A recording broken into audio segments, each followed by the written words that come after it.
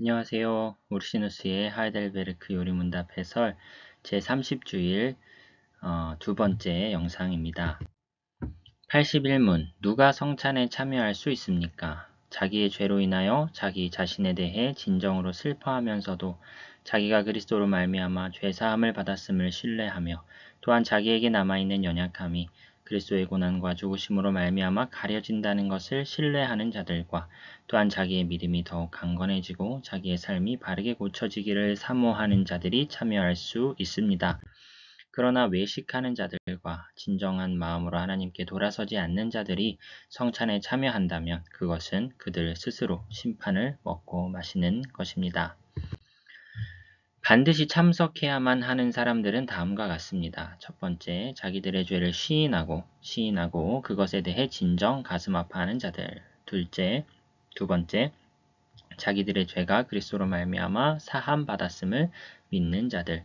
세 번째, 믿음이 더욱 강건해지고 그들의 삶이 더욱 거룩해지기를 진심으로 바라는 자들. 즉 오직 참된 믿음과 회개 가운데 사는 자만이 주의 성찬에 나와야 하고요. 오직 그들만이 그리스도의 값 있는 손님들이다 라고 우리시누스는 표현하고 있습니다. 하지만 사람이 과연 자신에게 그러한 자격이 있는지, 그러한 회개와 믿음이 있는지 어떻게 판단할까?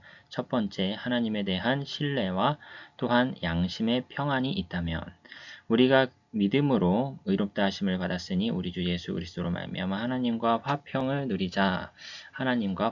누리고 있는 마음이 있다면, 둘째, 겉으로나 속으로 나타나는 참된 믿음의 결과들이 있다면, 혹은 참된 순종의 시작에 근거하여 또한 하나님의 모든 계명들에 순종하고자 하는 신실한 바람과 갈망이 있다면, 그러나 반론이 제기됩니다. 하나님께서는 모든 사람들에게 성례를 행하라고 명하시며 그리스도께서도 너희가 다 이것을 마시라라고 말씀하시지 않았습니까? 따라서 불경한 자가 성찬에 나아온다 해도 죄를 짓는 것은 아닙니다. 라고 반론을 제기할 수 있겠습니다. 이에 대한 답변은 전제에 대해서는 물론 하나님께서 모두에게 성례를 시행할 것을 명하시지요. 하지만 그때에 그는 성례가 정당하게 시행되어야 할 것을 요구하신다고 말씀드릴 수 있겠는데요. 그러기 위해서는 제자들에게만 믿음과 회개가 있는 자들에게만 성례를 시행해야 한다라고 우리는 답변할 수 있겠습니다.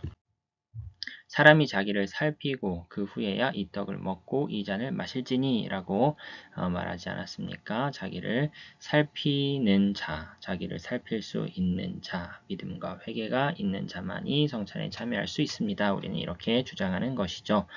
우리 모두 자격이 없다. 그러므로 아무도 성찬에 나와서는 안 된다. 이렇게 반론을 제기한다면 이에 대해서는 본성적으로나 우리 자신으로만 보면 우리 모두 자격이 없는 게 사실이죠. 하지만 우리가 믿음과 선한 양심으로 나아가면 그리스도의 은혜로 말미암아 자격을 얻게 된다고 우리는 답변해야 할 것입니다. 성찬이 더러워지지 않도록 막는 사람은 적절히 행하는 것 아니겠습니까? 누군가와 반목하고 있거나 혹은 다른 죄들로 인하여 주의 성찬에 참여하지 않는 사람은 성찬이 더러워지지 않도록 막는 것이니 그러므로 그들의 행동은 올바르고 정당한 것 아니겠습니까? 네, 맞다고 말할 수 있겠습니다. 하지만 그들을 무자격하게 만드는 그런 죄들을 회개하는 등의 정당한 방식으로 성찬에 참여하지 않는다면 인정하겠다는 것입니다. 그러니까 회개하는 심령으로 성찬에 못 참여하겠습니다. 이런 것 인정할 수 있겠다는 것입니다. 하지만 주의 성찬에 불참하면서 죄와 외식과 이웃과의 반목 등을 계속 하면서 나는 죄인이에요. 나는 죄를 지어요. 나는 죄를 지을 거예요. 성찬에 안 참여할 거예요. 라고 말하는 것은 지혜롭지 못하고 악하게 행하는 것이다. 라고 답변해 줄 수 있겠다는 것입니다. 불경한 자들은 스스로 심판을 먹고 마신다. 그러므로 그들은 그리스도의 몸과 피를 먹고 마시는 것이 아니다. 우리는 이렇게 말을 할 수 있습니다. 이 논지는 모순의 법칙에 따라서 힘을 발휘한다 라고 말하면서요.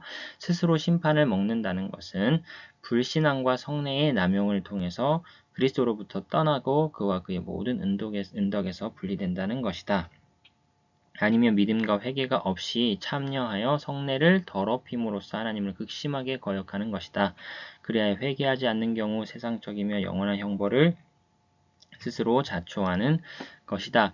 믿음이 없는데 왜 성례에 참여합니까? 그것은 성례를 욕되게 하는 것이다. 죄악을 쌓는 것이다. 이렇게 말하고 있습니다. 이 문제에 관하여 동일한 것을 가르친 교부들의 권위를 볼 때에 교부들이 무엇이라고 말했습니까? 암브로시우스는 성찬에 대해 다음과 같이 말합니다. 무자격한 자들이 성례를 취하고 다를 수도 있으나 그 사람들은 성령에 참여할 수 없다. 그들의 불신앙과 무자격함이 그 큰 거룩함과 모순되기 때문이다. 믿음이 없이 성찬에 참여한다고 해서 무슨 유익을 누릴 수 있지 않다라고 교부들은 주장했다는 것입니다. 불신자들과 불경건한 자들이 주의 성찬에 참여함으로써 스스로 정죄를 자초한다. 그 이유는 무엇인가요? 그들을 위해서가 아니고 오직 그리스도의 제자들을 위해서 제정된 그것들을 스스로 취함으로써 표를 더럽히는 것은 물론 그것이 나타내는 것들까지도 더럽힌다. 라고 이렇게 말을 합니다. 그들 스스로 언약의 표를 취함으로써 하나님의 언약을 더럽히기 때문이다. 그들은 하나님과의 언약 속에 있기를 바라지만 실상은 그들이 하나님이 아니라 귀신과 관계를 맺고 있는 것이며 그들은 할 수 있는 한 하나님을 악인의 아버지로 만들려고 애쓰고 있는 것이다. 믿음이 없는데 성찬에 참여한다라는 것은 불신앙을 가지고 성찬에 참여하겠다는 것은 아버지와 귀신과의 관계, 한 상에 앉을 수 없는 존재인데요.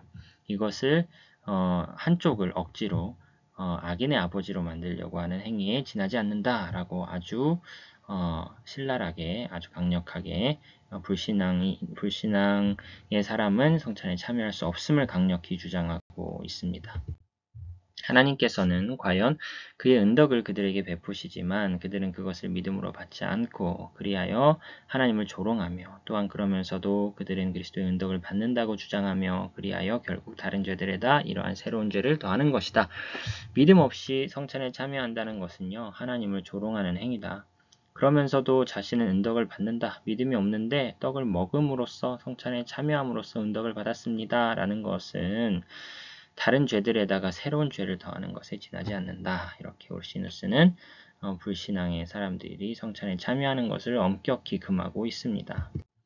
그러므로 불경한 자들이 스스로 정죄를 먹는다면 그들이 그리스도의 몸을 먹어야 한다는 식으로 주장하는 자들은 그릇되게 사고하는 것이다. 오히려 그 반대가 참회라고 말할 수 있을 것이다.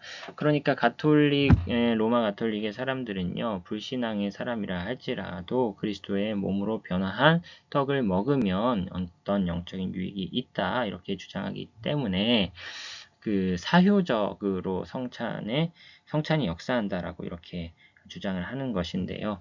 그러니까 사건을 행하는 것 자체만으로 효력을 거둘 수 있다. 그러니까 믿음과 관계없이 일단 떡을 먹으십시오. 그러면은 유익을 누립니다. 라는 것인데 이것에 대해서 울시누스는 강력히 반대하고 있는 것이죠. 여하튼 먹는 것이다. 이렇게 말할 수 없고요. 믿음이 있어야 성찬의 효력이 있습니다. 우리는 이렇게 일관되게 주장하는 입장인 것입니다. 그런데 말씀과 성례가 믿지 않는 자들에게 베풀어지면 그리스도께서 멸시를 당하시는 것이요 그들의 불신앙으로 인하여 배척을 받으시는 것이다. 마치 왕의 조서나 인장을 해치는 것처럼 그것이 곧 왕 자신을 해치는 것이요 따라서 그의 위험에 범죄를 저지르는 것이듯이 표를 마구 남용하는 것은 바로 그리스도 자신을 멸시하는 것이다. 하고 이렇게 예시를 들어 루시누스는 설명해 줍니다. 성찬의 정당한 용도는 무엇인가? 첫 번째, 그리스도께서 제정하신 예식들을 유지하고 준수하는 것이죠. 그러나 가볍게도 사사롭게도 행해서는 안 되고요. 크고 작은 교회의 정규 집회에서 행하십시오. 라고 말을 하고 있고요. 그리스도께서 위하여 성찬을 제정하신 그 해당자들이 예식들을 준수하기를 원하시지요. 곧 그리스도께서 의도하신 자들은 누구겠습니까? 원수가 아니라 제자들 곧 신자들이 곧 떡과 포도주를 받기를 원하신다. 이것이 바로 성찬을 제정하신 주님의 목적이다라고 말할 수가 있겠습니다.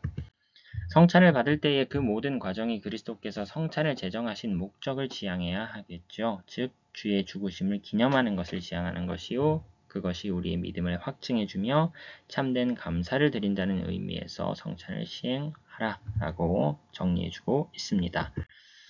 82문입니다. 자신이 믿지도 않고 불경하다는 것을 자신의 고백과 삶을 친히 드러내 보이는 자들에게도 이 성찬이 허용됩니까? 아닙니다. 그렇게 되면 하나님의 언약이 더럽혀지게 되고 하나님의 진노가 온 회중을 향하여 임할 것입니다. 그러므로 기독교 교회는 그런 자들이 삶을 회개했음을 보이기까지 그리스도와 그의 사도들의 규례에 따라서 천국의 열쇠들로 그들을 성찬에서 제외시킬 의무가 있습니다. 31주차에 이 천국의 열쇠들에 대한 주제를 다루게 될 텐데요. 그러니까 오늘 30번째 주일이 성찬과 유월절에 대한 마지막 주일이다라고 말할 수가 있습니다. 자신을 살피고 주의 죽으심을 기념할 수 있는 적절한 연령이 된 자들만 성찬에 참여해야 하고요. 세례를 받았고 세례로서 교회 회원이 된 자들만 성찬에 참여할 수 있습니다. 세례의 의미는 무엇입니까? 하나님과 언약을 맺는다라는 의미이고요. 성찬은 무엇입니까? 그 언약을 갱신한다, 언약을 상기한다라는 의미가 있겠습니다. 그래서 한 번 맺어진 언약이라는 의미에서 세례는 반복되지 않는 반면에 성찬은 계속 언약을 되뇌이고 언약을 다시 기억한다라는 의미에서 성찬은 반복적으로 시행할 것이 요청되고 있는 것이죠. 그렇기 때문에 먼저 할례를 받은 자들 외에는 아무도 유월절 식사에 허용되지 않았던 것이다. 일단 세례가 앞선다. 그 다음에 성찬이다 라고 우리는 주장합니다. 진정으로 참되게 하든 혹은 은밀한 외식으로 하든 간에 말과 행실로 참된 회개와 믿음을 드러내 보인다면 혹은 처신해서 믿음과 회개를 드러내는 자라면 성찬에 참여시킨다는 것입니다. 외식적으로 그냥 가식적으로 믿음을 고백하는 자들에게도 우리는 성찬을 베풉니다.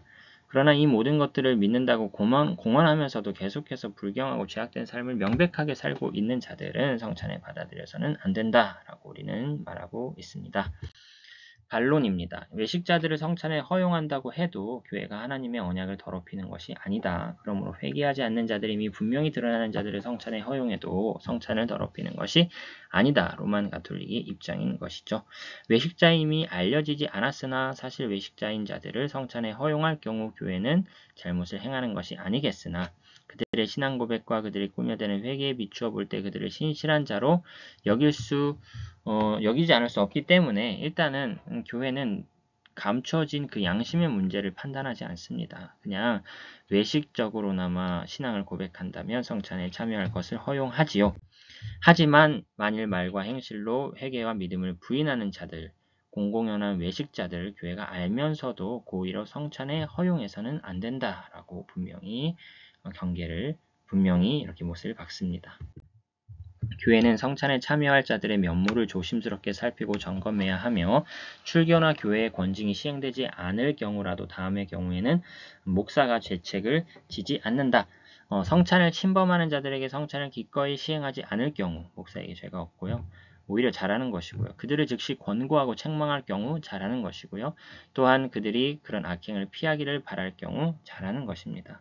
의를 위하여 줄이고 목마른 자는 복이 있는 법이기 때문에 의를 갈망하고 있다면 아직 허물이 있고 죄가 있다 할지라도 성찬을 허용해야 하겠죠. 그러나 의를 갈망하지 않는 사람에게는 성례를 베풀어서는 안 된다라고 말할 수 있겠습니다. 결론입니다. 성찬은 믿음이 있는 자들, 거룩한 삶을 사모하는 자들에게만 베풀어져야 합니다. 불경한 자들은 성찬에 참여한다고 아무 유익이 없을 것이며 오히려 표를 욕되게 하는 행위에 대한 저주를 입게 될 것입니다. 외식하는 자들에게 교회는 성찬에 참여시킬 수 있죠. 그러나 그 믿음이 외식이라는 것을 알게 된 이상 그를 성찬에 참여시켜서는 안 될 것입니다. 다음 영상에서는 성찬 6월절 세 번째 영상으로 성찬에 대한 이야기를 마무리해 보도록 하겠습니다. 오늘은 여기까지 하겠습니다. 수고 많으셨습니다.